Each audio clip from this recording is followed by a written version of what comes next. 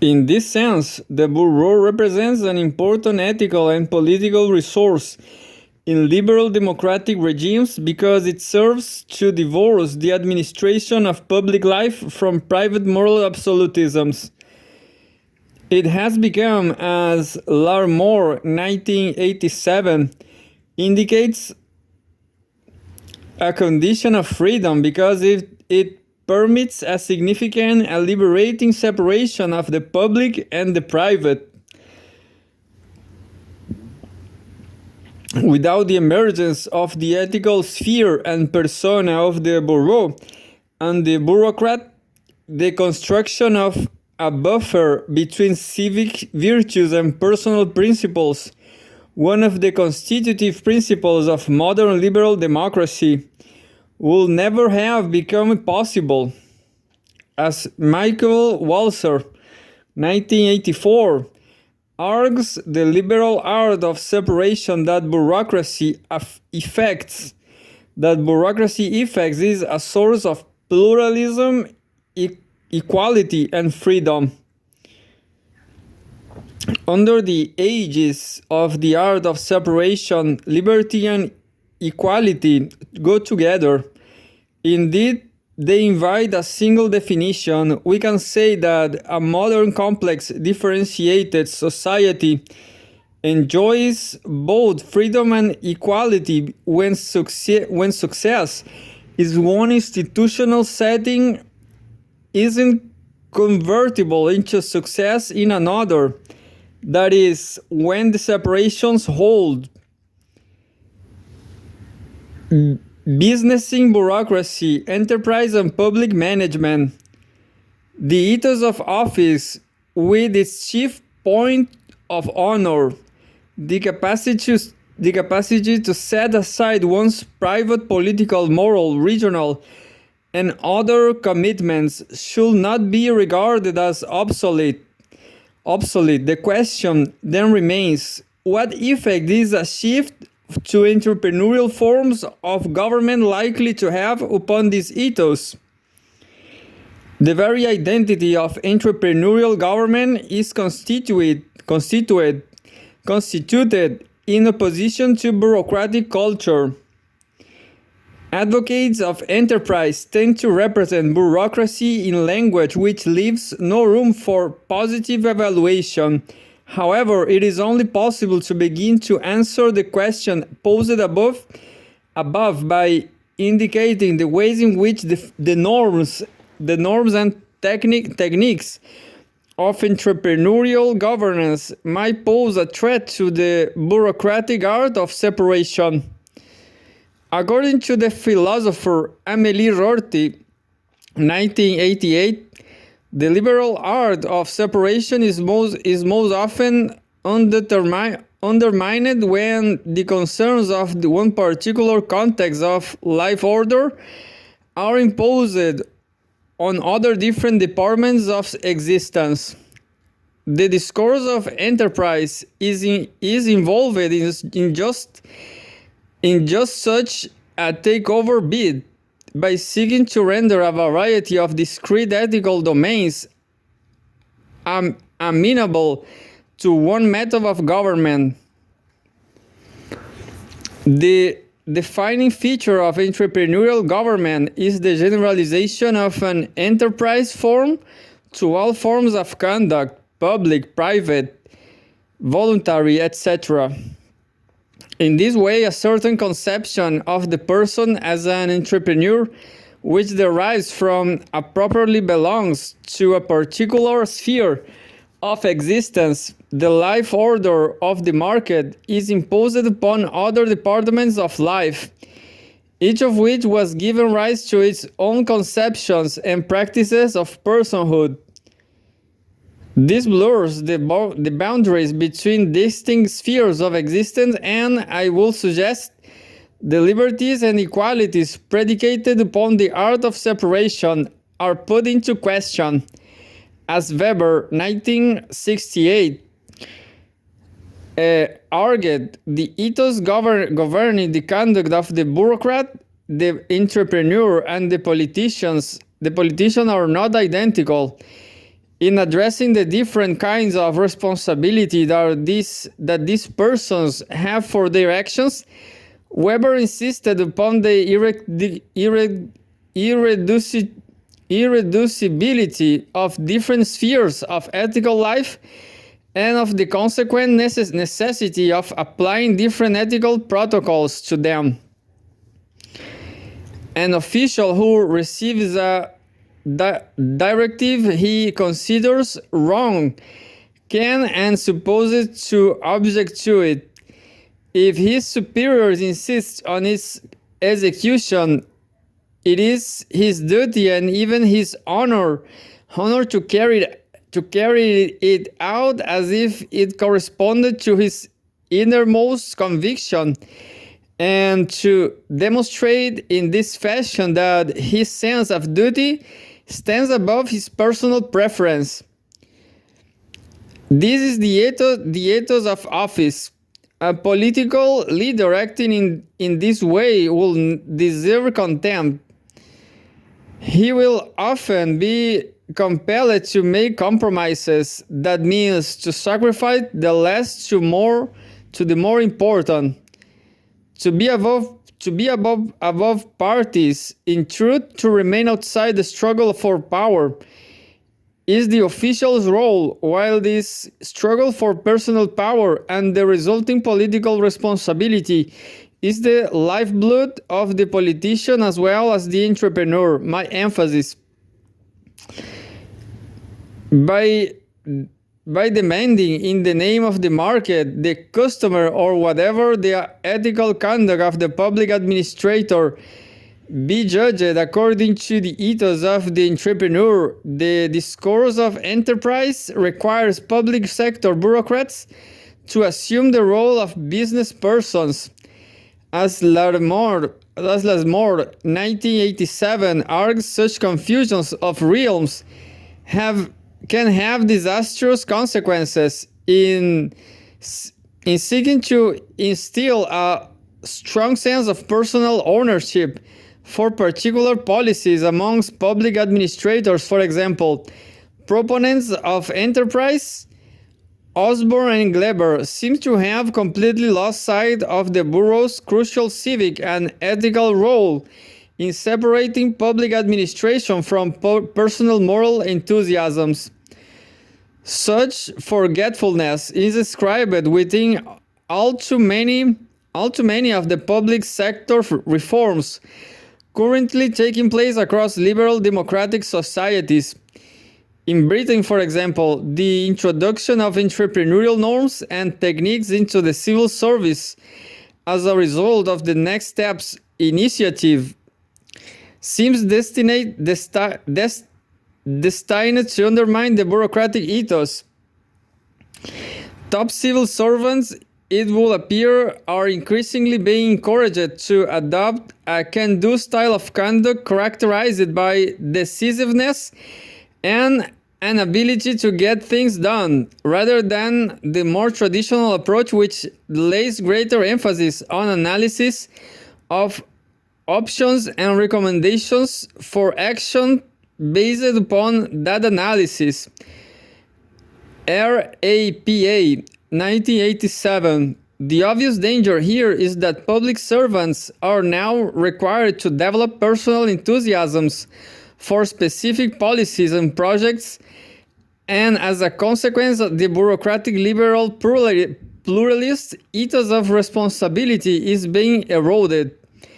As Richard Chapman 1991 has argued with regard to these reforms, the emphasis on enterprise, initiative, and a more business-like style of management seems oddly at variance with the expectation of officials working in a bureaucracy. The central mechanism of Next Steps, the replacement of a unified civil service by a host of autonomous agencies, is explicitly represented as a means of enterprising up the public sector. The new agencies, it is argued, are structured to enable civil servants to obtain a sense of ownership and personal identification with the product.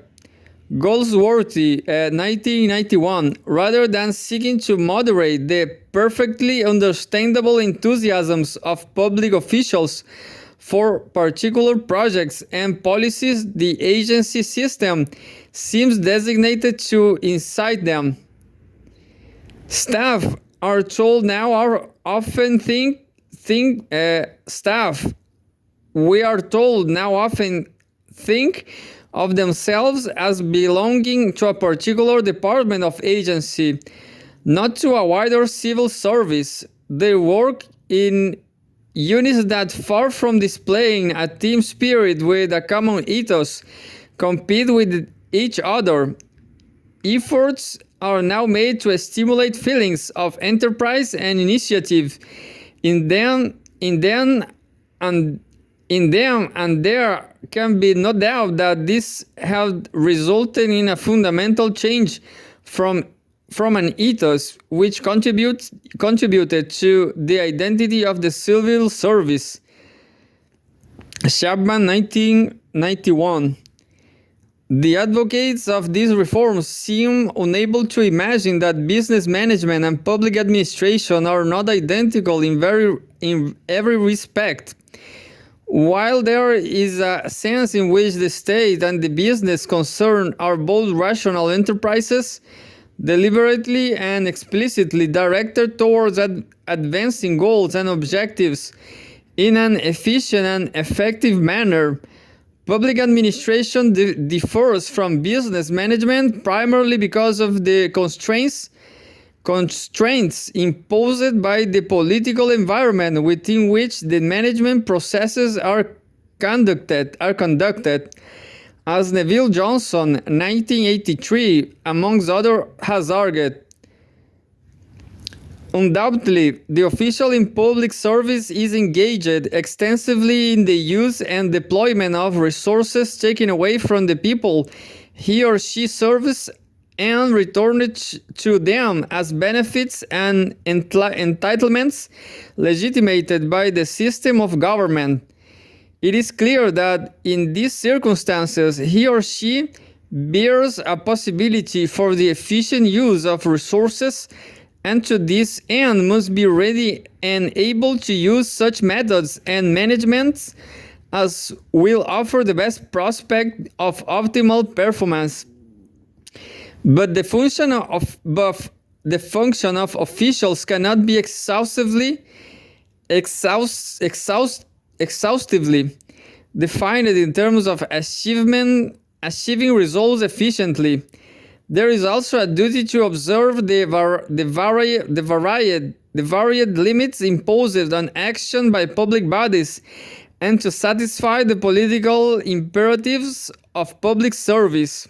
Loyalty to those who are politically responsible, responsiveness to parliamentary and public opinion, sensitivity to the complexity of the public interest, honesty in the formulation of advice, and so on.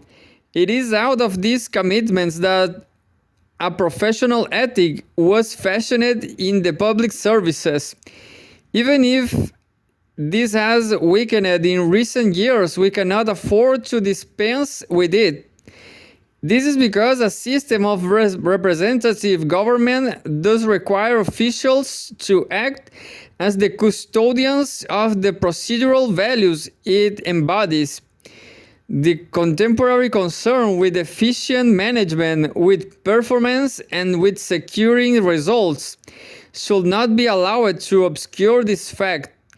The pursuit of better management in government, important though it is, has to recognize the political limits to which it is subject. Simply representing public bureaucracy in economic terms as an inefficient form of organization fails to take account of the crucial ethical and political role of the bureau in liberal democratic societies.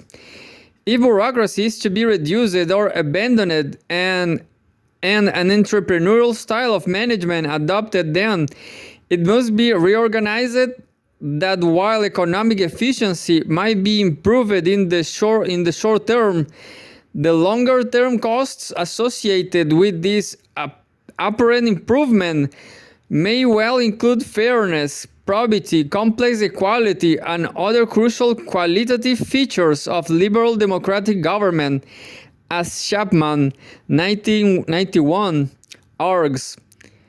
When attention is focused on public sector management as distinct from management in other contexts, a distinctively bureaucratic type of organization with accountability both hierarchically and to elected representatives may mean that far from being inefficient it is in fact the most suitable type of organization.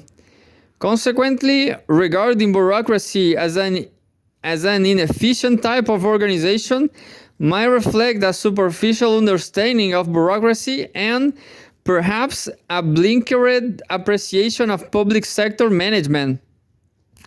Bureaucracy may be more expensive than other types of organization, but that is not surprising when democracy is not necessarily the cheapest form of government.